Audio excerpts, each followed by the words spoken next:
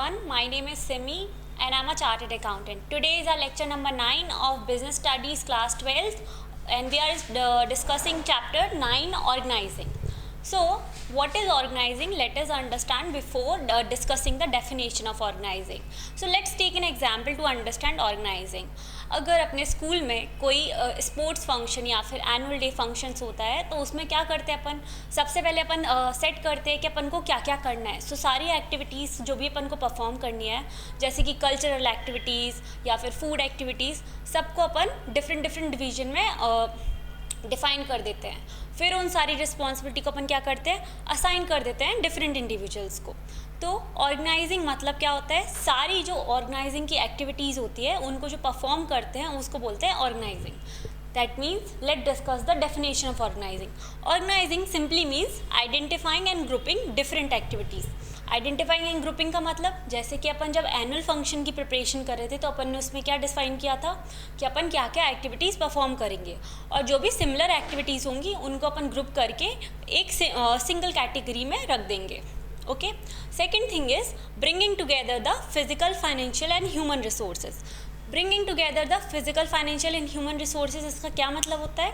इसका बेसिक मतलब होता है कि जो भी ह्यूमन रिसोर्सेज या फिजिकल रिसोर्सेज या फिर जो भी फाइनेंस रिक्वायर्ड होगा उन एक्टिविटीज़ को परफॉर्म करने के लिए, अपन उन्हें क्या करेंगे, उन्हें भी उन एक्टिविटीज़ में एट्रीब्यूट कर देंगे. अपन डिफाइन करेंगे कि अपन को कितना फिजिकल रिसोर्स रिक्वायर्ड है, कितना अपन को फाइनेंस रिक्वायर्ड है, और कितना अपन को फिजिकल, फाइनेंशियल और कितनी ह्यूमन रिसोर्स रिक्वायर्ड है. ये सारी रिसोर्सेज को अपन क्या करेंगे, एक्यूमुलेट कर लेंगे. जब अपन ने एग्जाम्पल क्या लिया है, एनुअल डे फंक्शन, तो एनुअल डे फंक्शन में अपन डिसाइड करेंगे एनुअल फंक्शन का बजट कितना है.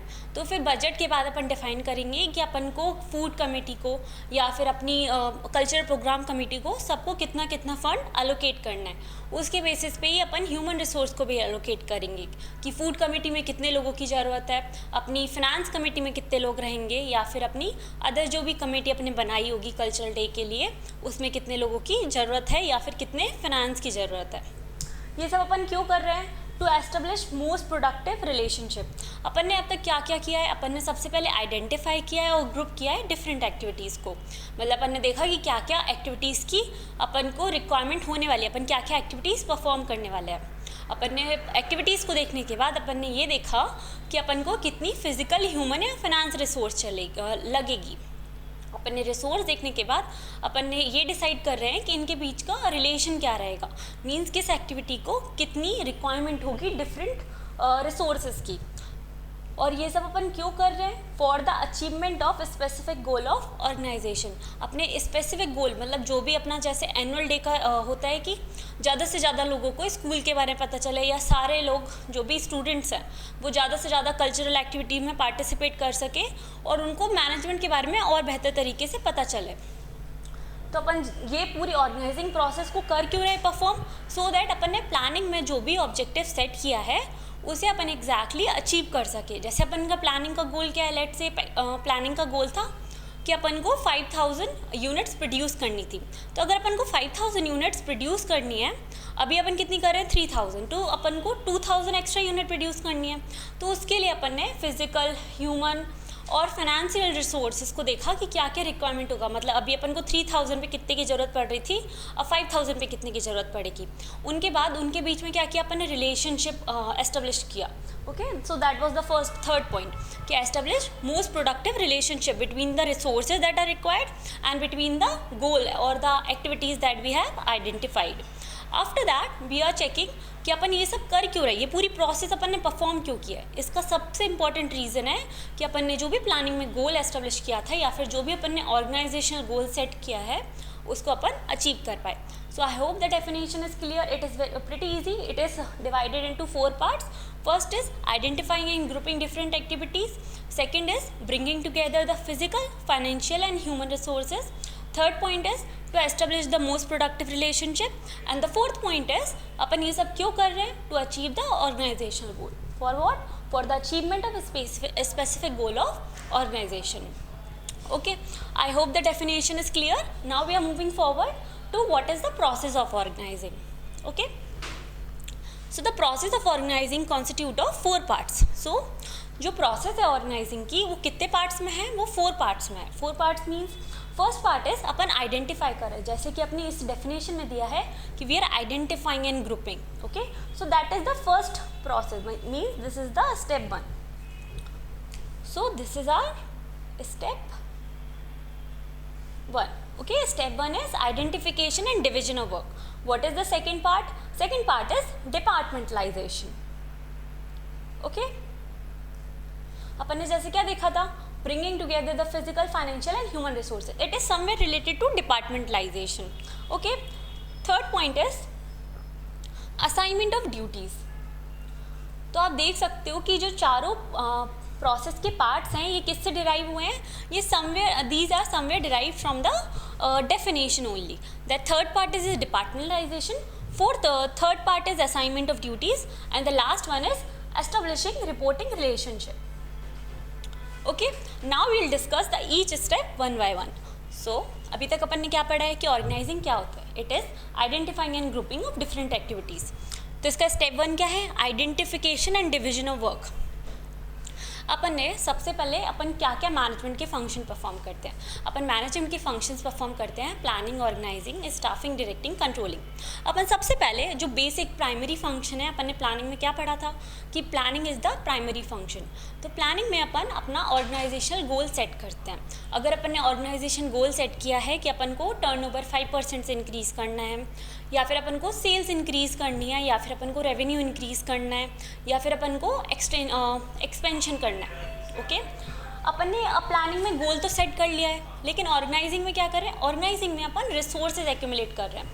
रिसोर्सेज एक्यूमुलेट करना या फिर सारी रिसोर्सेज जो अपन ने एक्यूमुलेट की हैं उसको ग्रुपिंग में और डिफरेंट एक्टिविटीज़ में डिस्ट्रीब्यूट करना और उनके बीच में एक रिलेशनशिप सेट करना.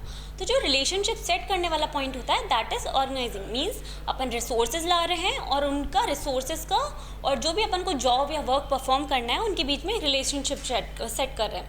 तो इसी पूरी प्रोसेस को अपन ऑर्गेनाइजिंग बोलते हैं. अब इसमें फर्स्ट पार्ट क्या होता है, identifying and division of work. Identification and division of work basically refers to कि अपन के ऑर्गेनाइजेशनल गोल को अपन टुकड़ों में बांट रहे हैं. कि अगर अपन को 5% से रेवेन्यू इंक्रीज़ करना है, दैट डजंट इम्प्लाई कि अपन एक दिन में ही वो पूरा रेवेन्यू अर्न कर लेंगे, या फिर अपन को क्या करना पड़ेगा, उस रेवेन्यू को एक छोटे छोटे पार्ट्स में ब्रेक करना होगा.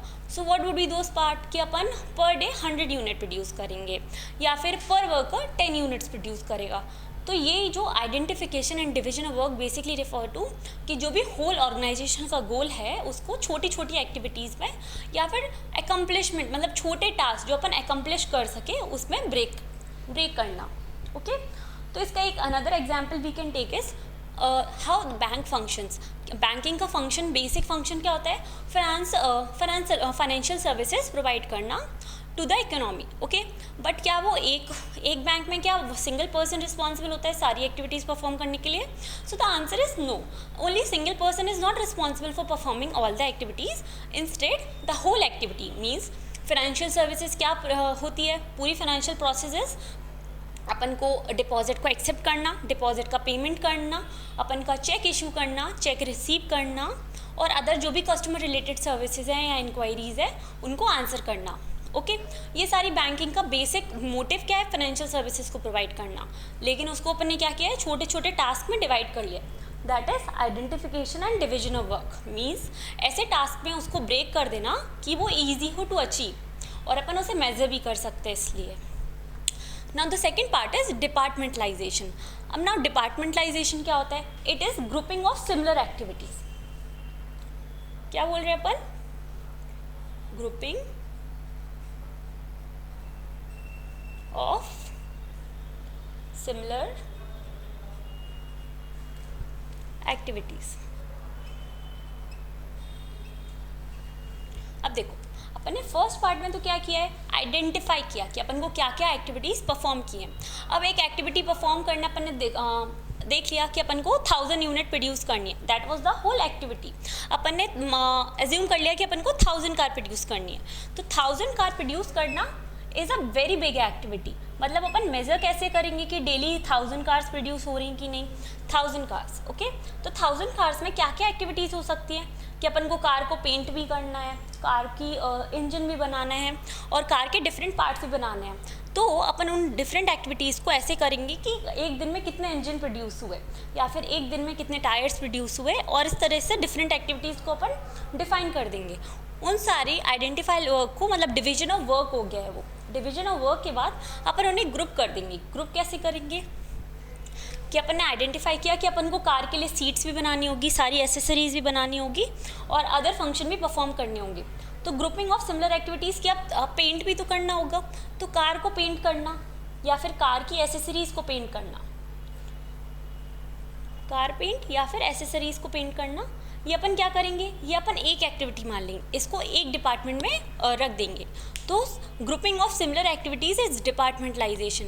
जैसे कि अपन फंक्शन के बेसिस पे भी डिपार्टमेंटलाइजेशन कर सकते हैं। फंक्शन के बेसिस पे कैसे होगा डिपार्टमेंटलाइजेशन, अपन क्या क्या फंक्शन परफॉर्म करते हैं, अपन परफॉर्म करते हैं research and development, production, marketing, etcetera. So on that basis also we can do departmentalization. The other common bases are geographical basis. Geographical basis पे कैसे कि साउथ में कितने बैंक्स हैं, नॉर्थ में कितने बैंक्स हैं, ईस्ट में कितने बैंक्स हैं और वेस्ट में कितने बैंक्स हैं। मीन्स अपन जोग्राफिकल टेरिटरी के बेसिस पे भी डिपार्टमेंटलाइजेशन कर सकते हैं। Departmentalisation in a very single means grouping of similar activities. अपन ने सिमिलर एक्टिविटीज़ को क्या किया है, एक सिंगल डिपार्टमेंट में कन्वर्ट कर दिया है। अब इसका और क्या एग्जाम्पल हो सकता है, जैसे कि कोई कंपनी है वो मल्टीपल प्रोडक्ट्स बनाती है, means they are engage in producing cosmetics, medicines and clothes, interiors.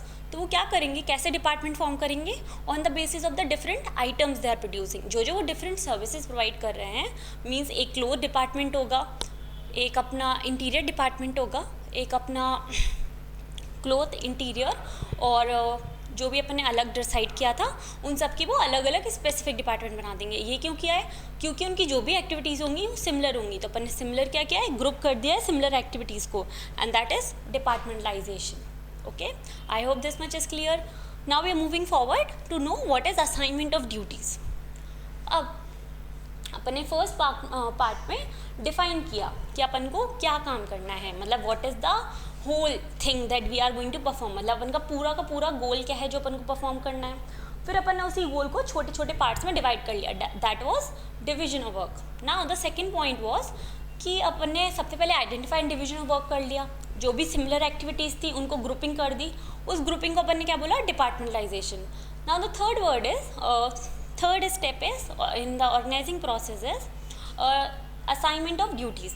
Assignment of duties basically refers to कि अपन ने एक्टिविटीज़ जो भी थी वो डिफाइन कर लिया कि अपन को इंजन बनाना है या फिर प्रोडक्शन करना है या कार सीट बनानी है, जो भी अपन ने एक्टिविटीज़ थी वो डिफाइन कर दी है।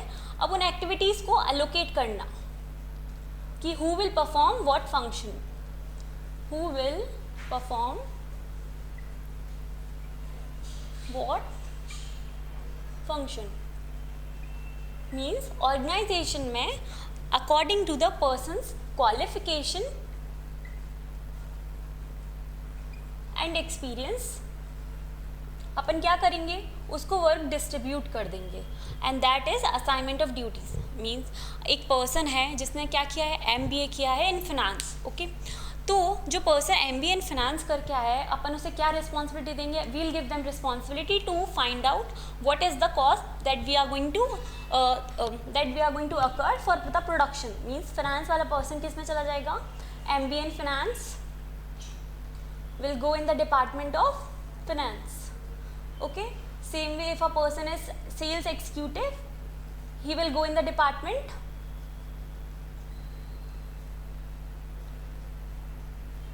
he will go in the sales department। और अब इसका फंक्शन क्या होगा, इसका फंक्शन यहाँ असाइनमेंट ऑफ ड्यूटीज़ में होगा। असाइनमेंट ऑफ ड्यूटीज़ में से अपन उनको बताएंगे कि उसे कितनी नंबर ऑफ सेल्स करनी है। सेल्स एग्जीक्यूटिव को बताएंगे कि उसे for how many units he is responsible for this whole idea, जो होल ऑब्जेक्टिव है उसमें कितने % ऑफ यूनिट्स वो सेल्स एग्जीक्यूटिव डिस्ट्रीब्यूट करेगा। So that is assignment of duty. Assignment of duties means giving the obligation of what they are suppose to do. अपन उन्हें बताएंगे वो क्या करने वाले हैं, मीन्स जो भी पर्सनल है वो क्या फंक्शन परफॉर्म करेगा। ये कहाँ पे होता है, असाइनमेंट ऑफ ड्यूटीज़ में। Now the last point is establishing reporting relationship. Okay, so reporting relationship basically refers to